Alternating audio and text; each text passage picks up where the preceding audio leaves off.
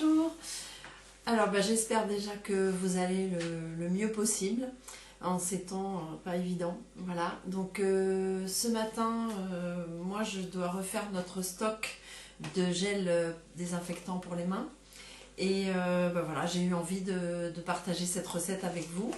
Donc je ne suis pas médecin, hein, mais je suis formée à la cosmétologie et à l'aromathérapie et ça fait plusieurs années que j'utilise ce gel désinfectant pour les mains à la place du gel hydroalcoolique avec succès. Donc le gel qu'on va utiliser, il contient uniquement des produits naturels, notamment les huiles essentielles qui sont formidables pour en fait agir sur tout un tas de besoins et là de désinfecter en l'occurrence, c'est-à-dire d'éradiquer les bactéries, les levures, les virus, etc. Voilà. Donc je suis heureuse de partager ça avec vous. Donc on va avoir là une recette aussi qui est facile à refaire et avec des ingrédients qui sont faciles à trouver si jamais vous ne les trouvez pas par les temps qui courent dans les magasins. Et le but aussi c'est que vous les ayez chez vous et que vous évitiez de sortir. Donc je vais essayer de vous donner des alternatives pour les ingrédients de base si vous ne les avez pas chez vous, hein, pour vous éviter d'aller au magasin et encore pire de les commander sur internet avec tout ce que ça suppose derrière de gens qui vont devoir livrer, etc.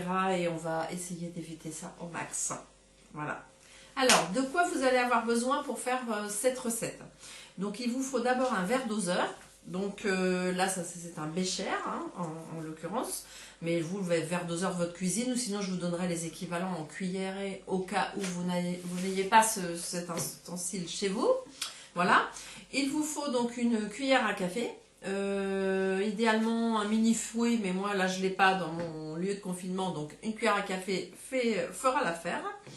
Une maryse, si vous avez, c'est bien parce que ça permettra de racler bien, de bien récupérer tout le produit pour le transvaser dans le contenant. Voilà. Et puis, voilà, il vous faut un contenant. Donc, de préférence, voilà, ça soit un contenant de récup, hein, si possible, que vous aurez, s'il a déjà contenu quelque chose, bien nettoyé avec du vinaigre blanc et de l'eau chaude pour bien désinfecter, bien nettoyer, etc. Donc, moi, là, j'ai récupéré, voilà, un petit flacon de nettoyant savon main liquide. Voilà. Et puis, un petit chiffon pour... une fois que vous aurez désinfecté votre matériel et puis pour vous essuyer les mains pendant la recette. Voilà.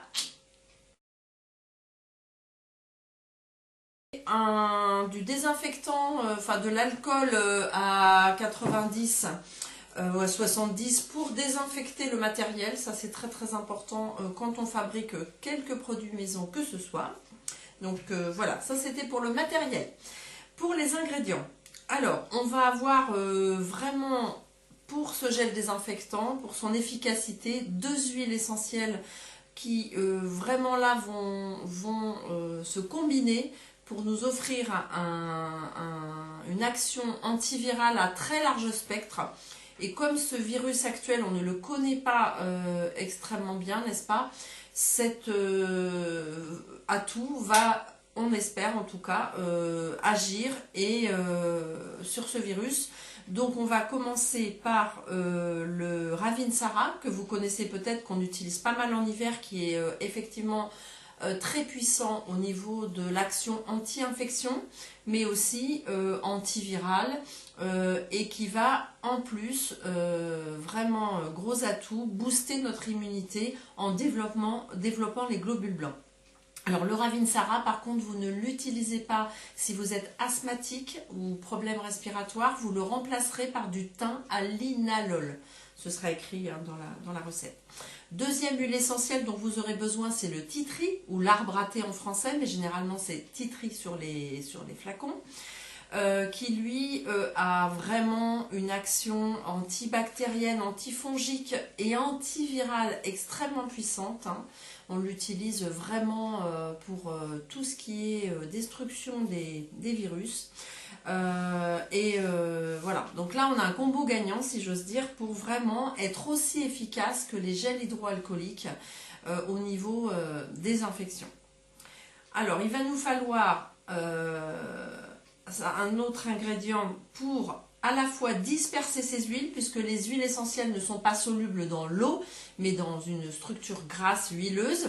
Et pour cela, on va utiliser de la glycérine végétale, que vous trouverez, comme les huiles essentielles d'ailleurs, en pharmacie. Donc la glycérine végétale ou en magasin bio également. Hein.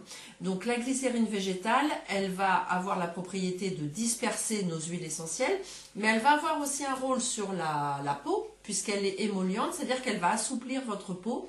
Voilà, donc si jamais vous n'en avez pas, vous pouvez remplacer par un petit peu d'huile végétale. Alors si vous avez de l'huile végétale de nigel, c'est génial, parce que l'huile de nigel est immunostimulante. Voilà, donc c'est encore un petit plus pour cette recette. Donc on va faire la recette après ensemble, bien sûr, où vous verrez les proportions. Pour l'instant, je vous présente les ingrédients qu'il va vous falloir. Et notre ingrédient majeur en quantité dans cette recette va être le gel d'aloe vera. Donc je dis bien le gel d'aloe vera, car il existe aussi de l'eau d'aloe vera qu'on peut trouver au rayon boisson des magasins, mais c'est tout à fait différent en termes de structure de produit, de texture, mais aussi de propriété, puisque là on a quelque chose qui est beaucoup plus concentré et qui va bien sûr texturer toute notre préparation. Mais le gel d'aloe vera ici va avoir un énorme atout pour hydrater et nourrir la peau. Hein. Donc ça, c'est autre chose aussi qui est un gros avantage et un gros plus par rapport au gel hydroalcoolique classique. C'est que le gel d'aloe vera, lui, va nourrir, hydrater, assouplir votre peau au lieu de la dessécher comme le fait le gel hydroalcoolique. Donc en fait là vous allez avoir deux produits en un, puisque vous allez avoir une crème main quelque part. Ça va remplacer aussi votre crème main, parce que le gel d'aloe vera est extrêmement hydratant, il retient l'eau de par sa nature. Donc c'est vraiment tout bénef, si j'ose dire. Et en plus, cerise sur le gâteau, le gel d'aloe vera fait un petit film qui protège des agressions extérieures, et il prévient et atténue les petites taches de vieillesse, les petites taches de girafe, comme dirait mon petit neveu. Voilà, voilà. Et puis, alors, dernier ingrédient, mais ça c'est assez optionnel vu les temps qui courent, on utilise beaucoup évidemment ce gel. Dès qu'on sort, hein, parce que sinon à la maison, vous savez que se laver les mains au savon, ça suffit. Mais voilà, on met en temps normal dans ce gel un conservateur naturel qui est le Leucidal. Si vous l'avez, donc celui-ci se trouve chez Aromazone, vous l'avez peut-être déjà chez vous si vous faites vos produits cosmétiques. Sinon, vous le trouvez à la Biocop. Donc c'est du radis fermenté en fait. Naturel donc, et c'est un conservateur naturel très puissant.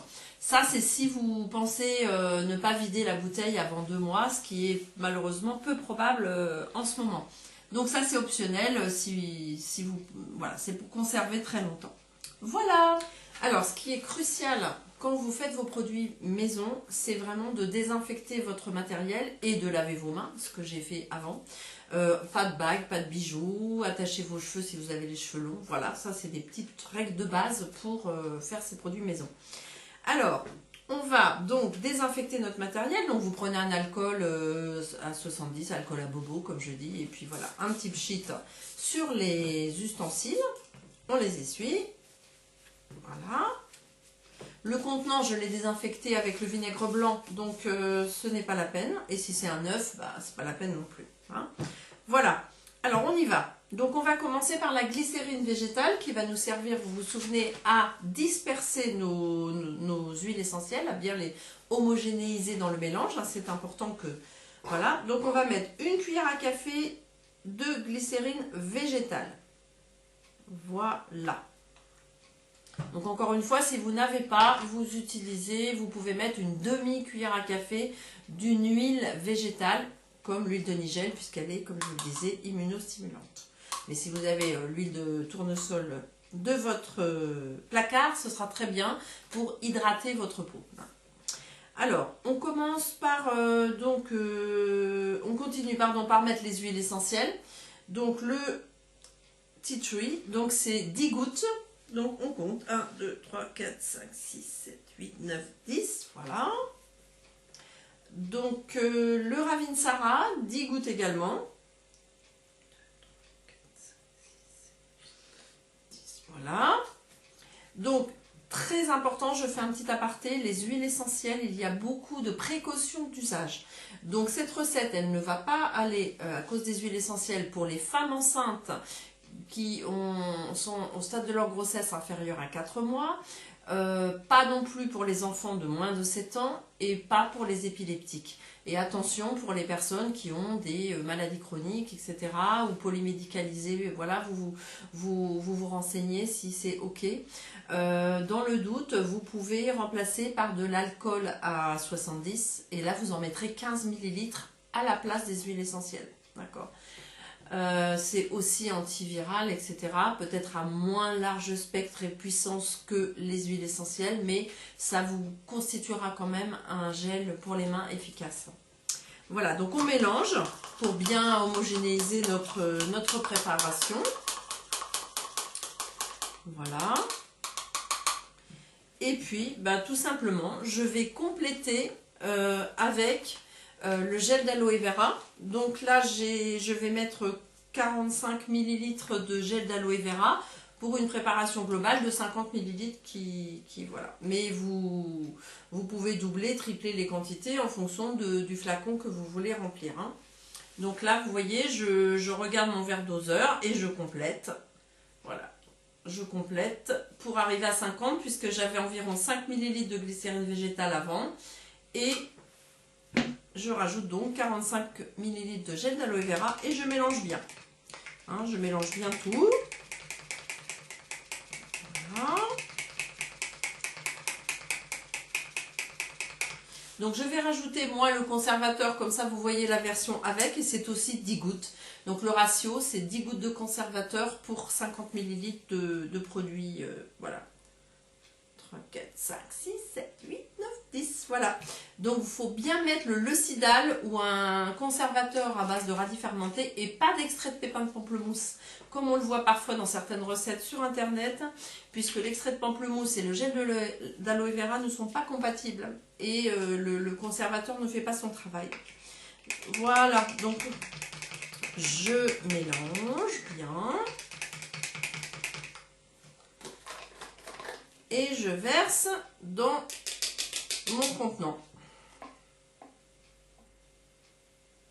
Vous voyez que c'est une texture très très gel. Hein. Donc bon, si vous avez un entonnoir, voilà, vous faites mieux que moi. Vous prenez un petit entonnoir que je n'ai pas ici non plus.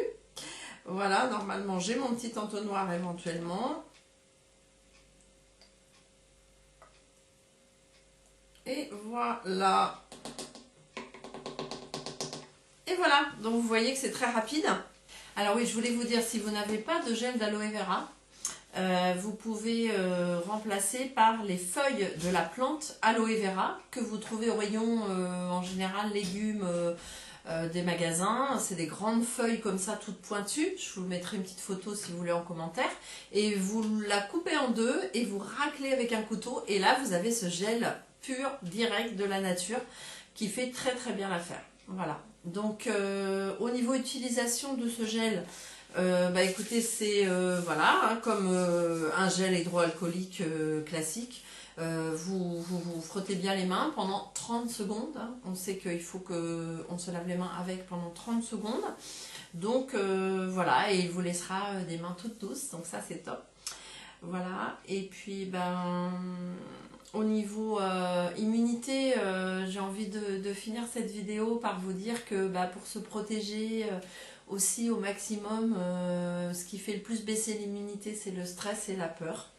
Voilà, donc bah, autant que faire se peut, parce que c'est pas évident tous les jours, mais c'est de cultiver vos petits bonheurs, votre joie de vivre, tout ce qui peut vous rendre heureux, vous, en prenant soin de vous, en faisant ces produits maison, bah c'est un des moyens. Et puis de le partager en famille, voilà, découvrir comment on peut fabriquer des choses en étant autonome, en gagnant en autonomie, et puis bah, en se donnant beaucoup de bonheur. Hein, parce que plus on est heureux, plus notre système immunitaire sera fort.